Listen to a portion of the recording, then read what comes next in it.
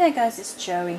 I'm going to call this video Connecting with the Wild Unknown, and it's about something that I touched on in the other video, which is basically if you were to purchase this set, you have to make your own connections because there's no book. There is a book, you can buy it separately, and I've read reviews where it says it's a very standardized book. It's very general interpretations, very general meanings. It doesn't really tie into the artwork very well. People were a bit disappointed with the book. So what I thought I would do while I was considering my meanings of this deck is take a few cards at a time, and as long as people are enjoying it and happy to see how I sort of draw out meanings from the cards, I will keep doing it. I don't want to tread on anybody's toes who does all the tarot all the time and that stuff, so there won't be any readings or anything on my channel. But this is to do with how I would connect to the energies of certain cards. It's a bit like what I've been doing with the runes, that sort of my understanding of that form of divination, that rune. So this would be my understanding of the images available on the cards. I'm going to compare and contrast them to my other deck, so I pulled them first so I could get the other cards out without messing about too much, and sort of talk you through how I would do it, just so if you do come across a deck that you really like and it has no book, or the book seems to be a little bit wishy-washy, and you're thinking, okay, so how would I go about starting to connect with these cards? This is just an idea of how I might do that. Now, in the background, although you can only see it very, very vaguely, I have a setup of the crystals, my divination candle, and some incense. Now, I have eucalyptus incense burning. It's a good purifier. I have purified the area a little. In the background there is the selenite point, which you can barely see, behind the cauldron candle. There is two pieces of amethyst behind. There's the turritella agate and the smoky quartz, the fossil at the front, and then another point of amethyst and another point of smoky quartz. These are the crystals that I feel will best help me be A, protected, and B, engage with the energies of these cards to understand their divination meanings to me. In the center is my cauldron candle, which I created for myself, anointed with an angelica oil for spiritual protection as we go forward. So the three cards I pulled today were Three of Cups, Daughter of Swords, and Nine of Wands. The Daughter of Swords relates to the Page of Swords in the other deck. The other two are as they are. So the first thing we need to look at is the imagery itself. So I will move these two cards out of shot for the time being, and we will put this card in, and let's zoom in for a second. There you go. This is the image of the Three of Cups. Now let's zoom out again so I can put the card down. There we go. You're all right there? Yeah, you're all right there. I'll just hold it a bit closer again, just in case you didn't see. But there you go. So, within the imagery of this card, what do we have? And what does that mean to me? So we have three crows. I'm going to just jot this down. There are three crows on a branch. They are above three cups, which are in shade. And then there appears to be either a sunrise or a sunset behind them. And I think that would very much depend on your personal interpretation.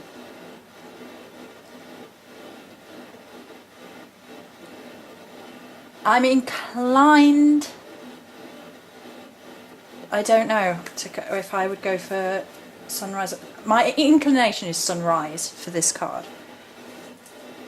Now, that's not my power time. My power time is sunset, dusk. However, looking at this card, I feel very much there is that sunrise element to it. So what does that mean to me? Well, three crows is going to be Morrigan. It's going to be maiden, mother and crone. It's going to be a feminine energy.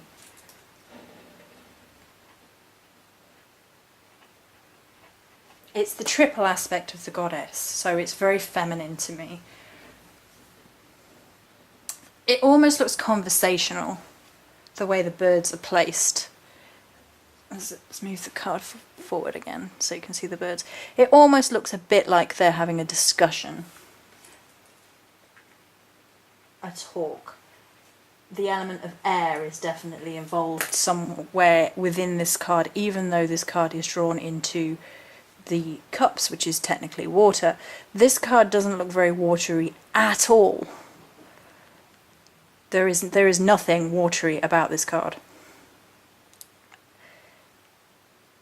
The sunrise element is very fiery, and then there's the element of air working through the birds and them being aloft. The element of earth is present with the branch, and the only thing tying this into the element of water at all is the three cups at the bottom, which are sort of in shadow. You can't make out much detail of them. So is this card a little bit removed from the emotion state, or is it just that it is a fairly balanced emotion state? Now, if you compare and contrast this to this card, this is from my Stephanie Pooman Law deck, Three of Cups. There are three mermaids, again, triple female. There are three cups, but you can see all of them, and they are holding water, and this is a completely watery card. It's blues, it's purples, it's under the ocean, there is the fluidity of movement, there is the mermaids in the water moving their tails around, there's the intertwinedness of that. It's very watery. Now you compare these two, and that's completely confusing. Let's see if I can just zoom in a little. If I zoom in, where does it zoom in? To about there, okay.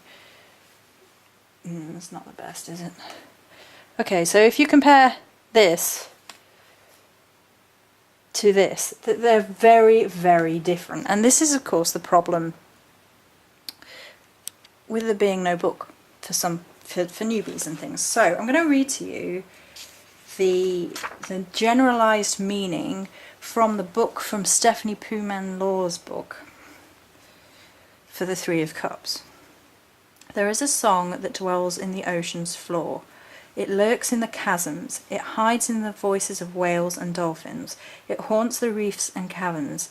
And then, once in a great while, like an air bubble that has been gathering under the crust, it bursts forth in an unstoppable swell to rise to the surface. The sirens of the deep have been waiting for this moment. They come together when they feel the signal that trembles through the waves to all the corners of the sea, and they sing.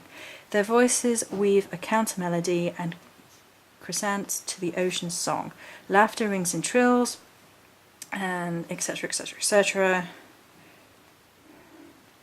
The Three of Cups is the call to celebration, dancing and singing. Friendship is its key component, and companionship, relying on others, developing community and team spirit. There isn't a whole lot of song in the Three of Cups here. I mean, those to me look very much like crows, and crows, whilst they have a lovely voice, do not sing. I don't know how much celebration and dancing is key in the card either. I can see there being friendship, connection, but if it were me, I think it would be messages from the other world. There is that joy aspect with the sunrise, so the beginning of things, that's absolutely there. You could see a friendship element in there, like the connection of the three birds on the branch. They are all coexisting harmoniously to all be on the branch together, and you quite often see that with crows. They're quite, communal birds. The song and joy element is there, but I think in this deck there's something more about it being the way that friendships are supposed to be from the other world, like you have connected with people who you are meant to be connecting with, and you are getting to know people that you are meant to know, that you have been guided that way by the other world. That the new beginnings is the sunrise for definite. So, and you know that passion of beginning is within the sunset. But that's how I feel the card differs slightly from the Puman Law one. The Puman Law one might be a little bit more bouncy and emotion based, whereas I think this one has a very strong sense of otherworld destiny about it. So that's what I feel for that one.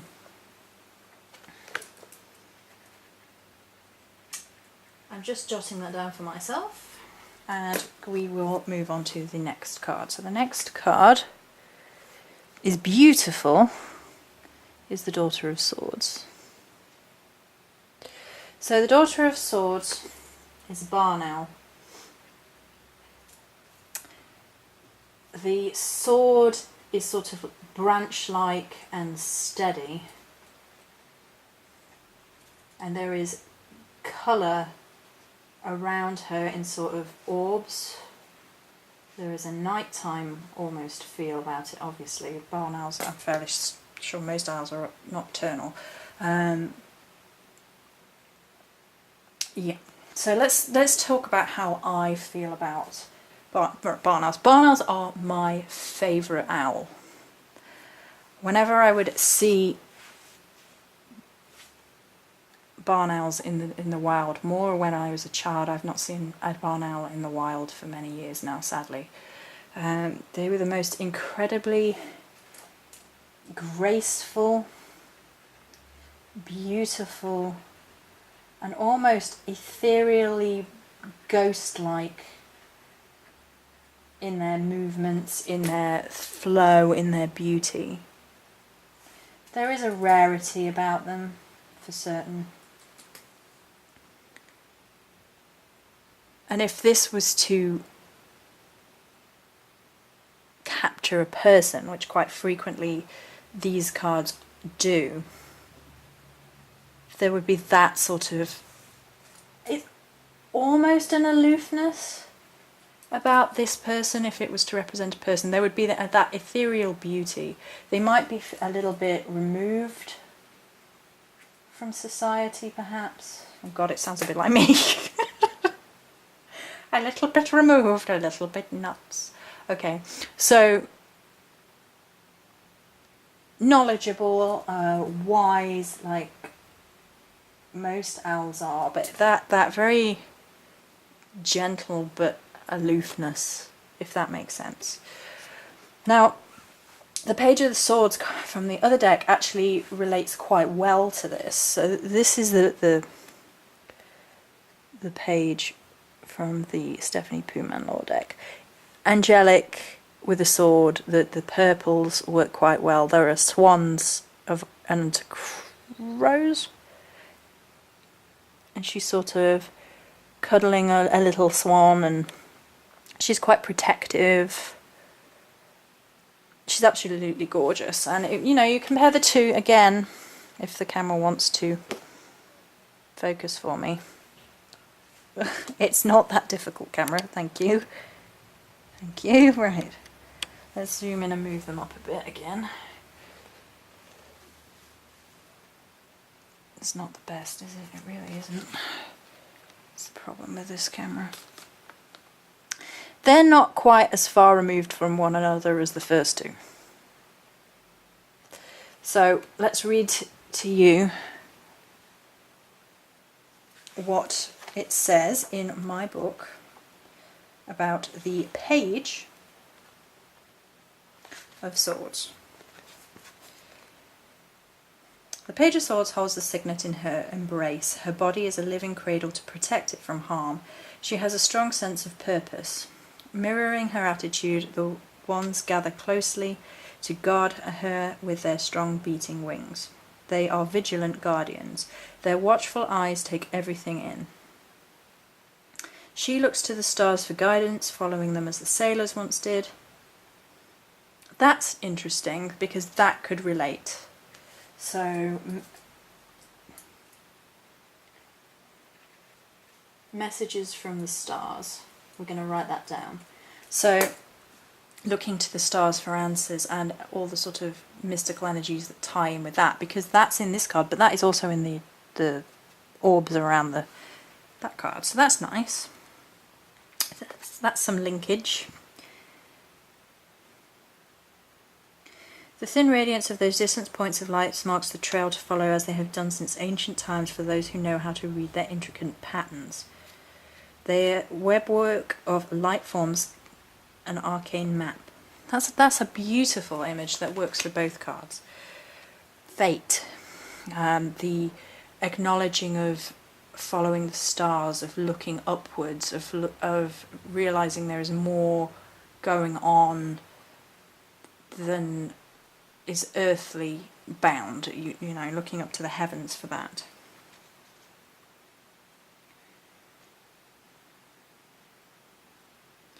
The billowing winds heed her call, she welcomes them. She is quick to adapt if the winds should shift. She is aware of the subtle changes and knows how to compensate for them.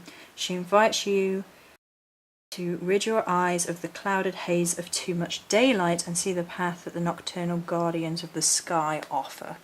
That's nice as well. I mean, you can see a nocturnal guardian within the Wild Unknown deck for sure. She embodies honesty and truthfulness. She is unafraid to scrutinize her own beliefs. She looks at the black and white around her without condemning and knows the measure of her own soul. She is unafraid of emotions, but she doesn't allow them to rule the decisions she makes. Logic guides her the most. Her mind is agile, analytical, and she uses that to guide her sense of purpose. She stretches her perceptions to try and make room for the unknown. The other thing about the bar analogy that sort of ties into my understanding, or popular culture anyway, it ties into Labyrinth, and that is a very, very modern culture-y interpretation perhaps. But don't forget that it represents shape-shifting and magic and things not being exactly how they seem and things transforming and changing of perception. So that works quite well. Those two tie in quite nicely together. I'm quite impressed with that. Oh, right. Yeah. Okay, so the final one is Nine of Wands. Now the Nine of Wands in this deck is being thrown on the floor by me. It's obviously a staircase with the moon at the top and the very straight lines forming around it to a very guided pathway to the moon. A very guided pathway to feminine energies, divinity, that sort of thing. Now, this card is again quite different. The wands within Puman Law deck are actually my favourite wands ever. There are lions and foxes in equal measures. The Nine of Wands in this card is completely masculine. It's a guy riding a lion. The lion is a guardian, he's very still, there's not the movement that's in this card because this card suggests movement towards the moon. This card is very much guardianship, very much ready to face something. There is sort of the sun energy behind flowing through. These cards are very, very different. I'm actually just going to leave them there. If I twist slightly, would that help? A little, I guess. You don't really need to overly see the imagery of the other one. So I'm going to read to you from the book again of Stephanie Puman Law. The sentinels keep watch from above, ever wary, ever vigilant. They are the eternal guardians. They defend against the unknowns that lie hidden in the abyss. They know what they have been charged to watch, gaze glued to the west from where the light fades each dying day. The fading of light could be a theme that they share with the moon being at the top, I guess. When the last rays shoot forth and the green flash bids the sun farewell, what will come from the night's abyss? Can their forces withstand the assault? They have not yet been tested. Every day when the dusk fades to black, they wait for their unnamed foe and strain their eyes to the darkness and wonder if this will be the night it comes. It's easy to stand proud and tall and at attention with the strength of the sun upon their shoulders, and it's much harder, however, to keep that through the twilight hours. Then yet they hold true, for they know that it will be needed.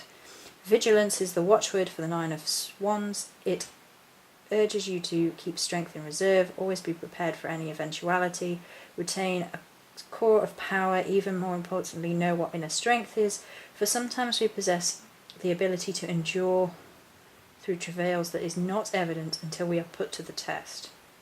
It is easy to become lax and lose the edge when the challenge does not rise as quickly as expected. Maintaining the acuity can be the most difficult challenge of all. Now, there could be the idea of challenge in the other card, the challenge to climb the stairs. We are in this card at the bottom of the stairs. You can see all of the branches in front of you, and the branches on the stairs could be quite tricky. So, challenge could be a theme, rising to the challenge could be a theme, slight blockages and difficulties can be a theme for sure. And then to rise to the moon, so a better understanding, perhaps that shadow self. There could be quite a strong imagery of shadow self within this card, thinking about it, if we look at it. Okay, so the moon is the only colour in the thing, and the moon would be what guided us through the night.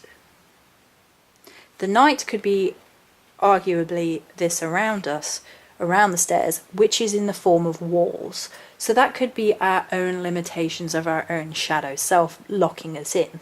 The moon could be the guiding light to help us better understand ourselves, and then the wands meaning you need to climb the stairs in order to better understand yourself, to be aware, to accept the challenge, to overcome all the branches in the way, to better understand that challenge and better understand ourselves. So I guess there is that sort of interpretation there. There is some crossover. So I hope that was helpful for the first 3, and if people enjoy these I will carry on doing them. I might try and rearrange the camera so we can get a bit closer in with the cards, and in fact I think, well, mind you, I did go through all the cards the other day, so we'll leave it at that for now.